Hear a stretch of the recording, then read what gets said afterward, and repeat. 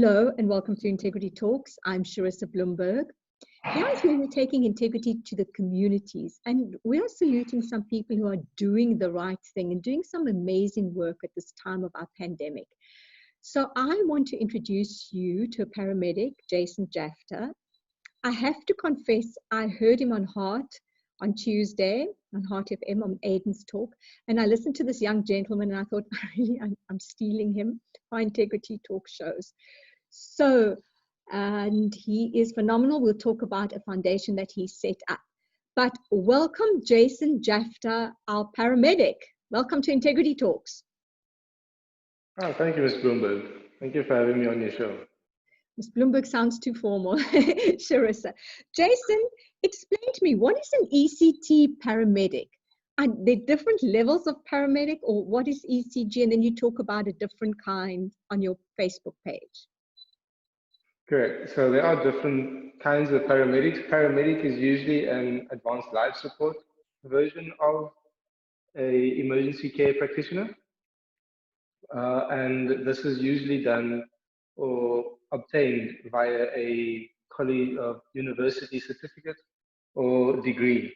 And I've got what's known as the National Certificate in Emergency Care, which is the Emergency Care Technician, ECT. Right. And there are higher qualifications as in the BEMC, which is the Bachelor of Emergency Care. Hopefully I get there one day. But yeah, so that is what an ECT is. With your determination, I know you will. So Jason, let's just kick off and talk about, because the show is about integrity.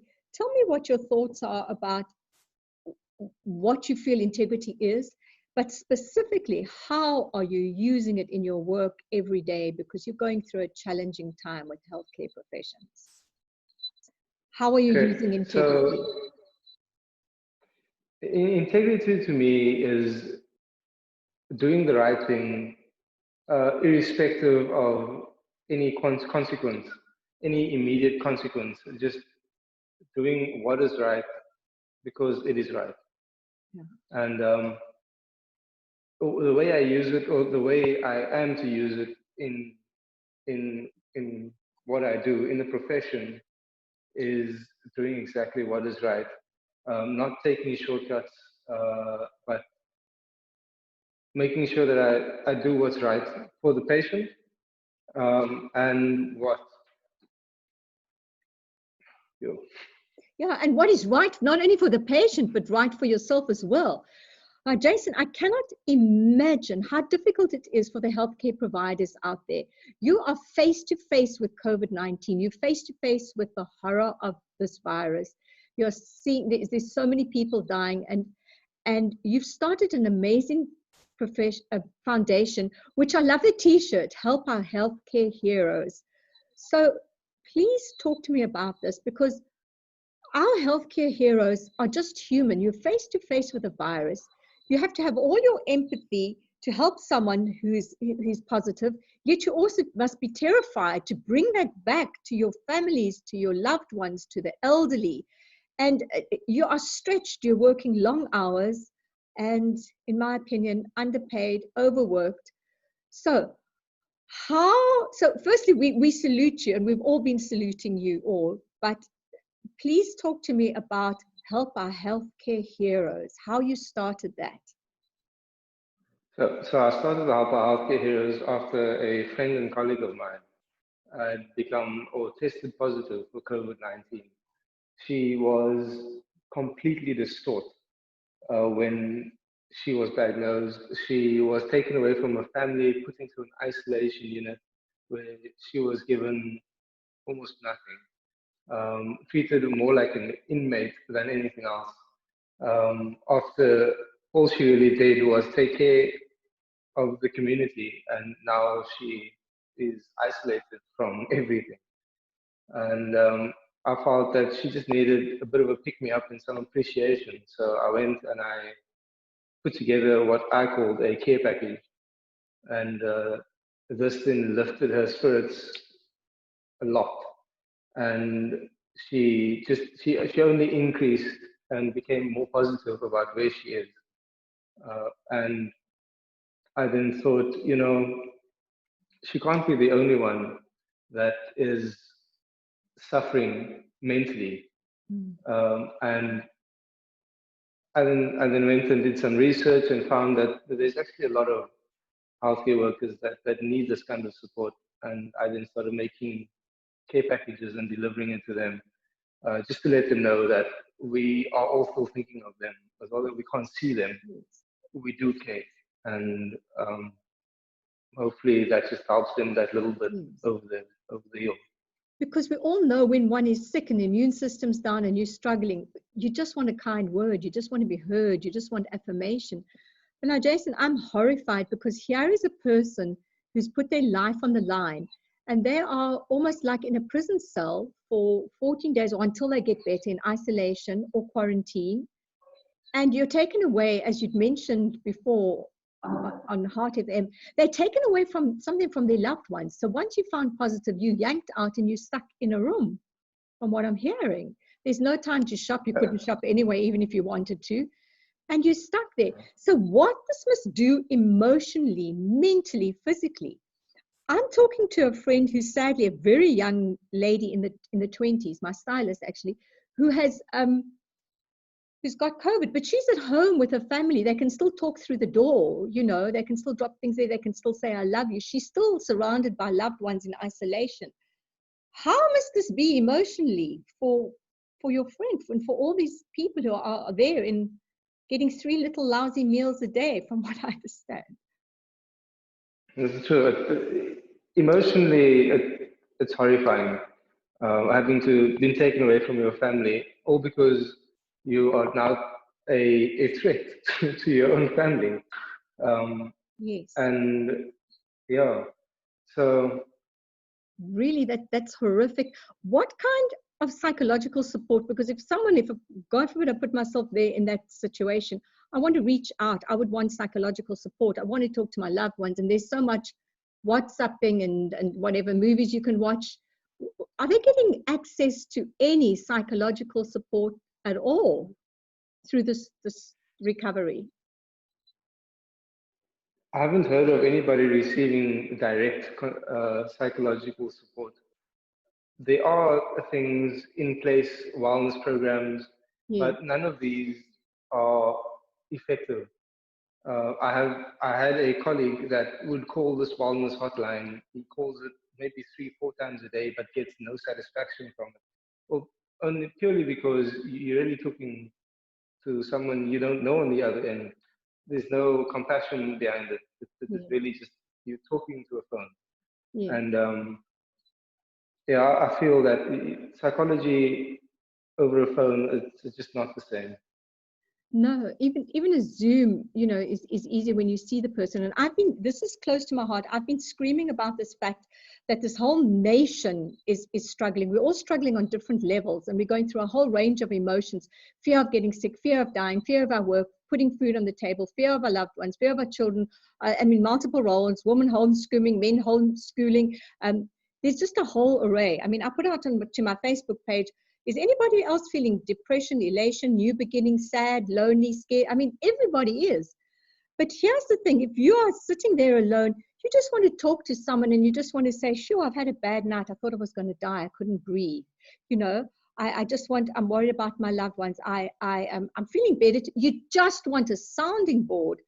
And Jason, I'm going to somehow have a conversation with you off air is how we can support all of these people. Are there a lot of from your work? Are there a lot of people in quarantine at the moment? At the moment, there's quite a number in quarantine. There's been over 3,000 positive cases of healthcare workers in South Africa, and this was a month ago. The 3,000 was a month ago. I'm not too sure what the count is currently, but there definitely is a lot, and it would definitely help them to have the psychological support. Yes, but I really want to talk to you about that. And if it was 3,000 a month ago, I don't know what there is now and what the recovery rate is. We've all now known people loved ones that have passed on or that have this disease. But tell me about how you've managed to do the donuts, and where do you drop it off, and have you got sponsorship, and how does it reach the people in the healthcare? Because you're not only talking nurses, are you talking doctors and paramedics and frontline workers? Correct. So everybody in healthcare, doctors, paramedics, nurses, the cleaning staff, the security, everybody within the healthcare facility gets a coffee and a donut. Just sort of an appreciation and a personal appreciation for the sacrifices that they are making. The way I got onto it was the fact that I couldn't give everybody a care package. Yeah. And a coffee and donut was doable, and it has shown to make a huge impact.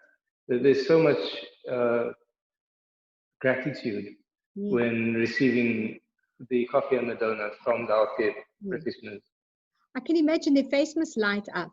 How are you logistically getting that out there? Because you're still holding down a full-time job in filming, and you're answering the amazing feedback that you've got from people. How are you still making sure this delivery? Is there people behind the scenes doing all of this? How's it working? So I've got two people who are co-founders helping me, and they do a lot of the work, taking most of the phone calls, sending emails, and we kind of just they too are working. One's a phlebotomist, others a nurse,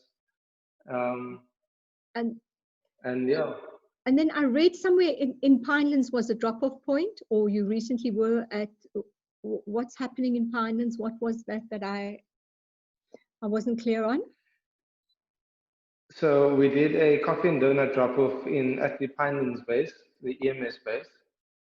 We've been there twice, covered both shifts at their shift change, and we then gave the coffee and donuts. We've done it there. We've done it at another base in Tygerberg. We've done the Ravensmead Hospital. Clinic. Sorry, we've done.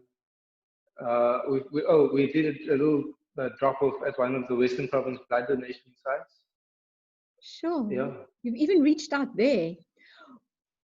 Jason, wouldn't it be amazing if we had a little note with that, sharing some tips? You know, be positive, be strong, your mind is powerful, someone cares about you, a little picture, a little note. I'm just thinking, wouldn't it be nice to receive something like that, added to it? Definitely. I think it would definitely make a difference. On the cups, we've got stamps that say you're appreciated. Yeah. Oh, lovely. As a little note. Yes. But yeah, that's as far as we've gone with gratitude. I think that is amazing. I think it's incredible that you've stepped up and you've done something positive in your community besides the work that you're doing of saving lives. Really, if people wanted to sponsor or wanted to get involved, how would they get in touch with you? So all information is on the Facebook page. My email, my contact number, everything is on there. And anybody is welcome to even pop a message on Facebook and I'll respond. Any and all donations is very welcome. Yes. It doesn't have to be much. Every ruble is going to help. Yes. And not only money, is if there's some people who could actually deliver donuts or coffee or, well, amazing. So your Facebook page is Help Our Healthcare Heroes. Correct. That's right. Help Our Healthcare Heroes, yeah. Jason, thank you so much. I want to get involved from the psychological side, even if we do a podcast for them. I really feel, I want to give them some support. So let's talk about that. But just going forward, what are your plans for the future, for the immediate future? Just keep on supporting or growing this foundation? What do you have planned next? So there are a couple of things in plan. I want to do a PPE drive, which is one of the things that comes up a lot when doing the donut drives. they are always complaining about PPE, not having enough PPE. And I mean, that is the first line of defense that they've got in protecting their own families. Exactly. And they don't have this. Why is that? Wasn't the government meant to do a whole drive with PPEs and deliver and money spent on it? Correct. There just isn't, I don't think there's enough. There's not enough to have healthcare practitioners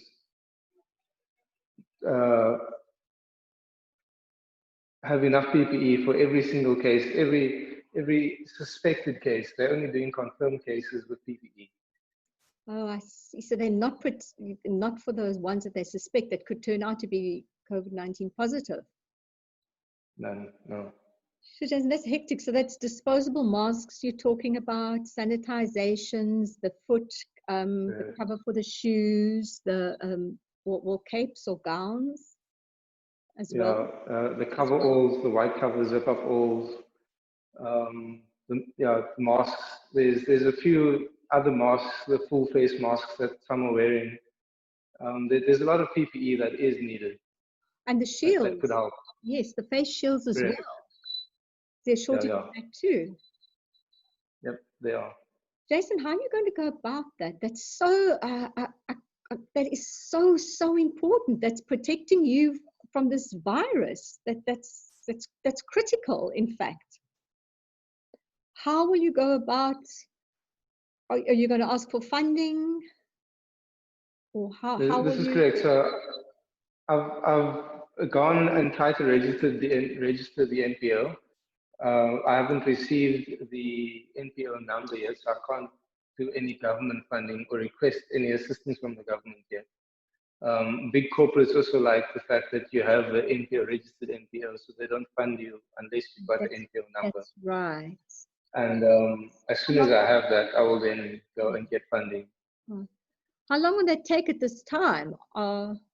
Is there a waiting list? So there is a waiting list. I applied the beginning of June, and I'm still waiting. So hopefully it happens soonish. I do check almost every day. It says 77 days. I did an online application. Oh, 77 days while people's lives are at risk. Exactly. It's an immediate need, and we have to wait. And you have to wait, and who knows whose life's going to be at stake while we're waiting 77 days if we're lucky. Oh, and I'm just wondering, brainstorming, with anything else that you could do in the meantime. Yeah, let's just. I can just do drives and try to get donations from everybody and anybody until I can get registered. Yeah, and this is such a difficult time because everybody's short of money and everybody's regrouping and businesses are closing. And so, geez, Jason, I am so proud of you. Really, I am. You're one young man that stood up, and I think you're such an inspiration, and I think you're such an integrity role model, an integrity ambassador for the rest of people who in your community who would inspire to do something. So I commend you. I salute you. And I also want to send you a whole lot of strength. We're keeping all our healthcare workers in our prayers and in our thoughts. And we want you just to stay strong and stay fighting. I know you're not getting much sleep with all of this, but well done. It's a good cause. And I thank you. And I want us to continue our conversation about psychological support. And I'm going to follow you. I'll be very interested in it. Yeah. Thank you. So, thank you so much. Thank you. And best of luck for your future. Perfect. Thank you, Ms. Bloomberg. Thanks for the opportunity. Thank you.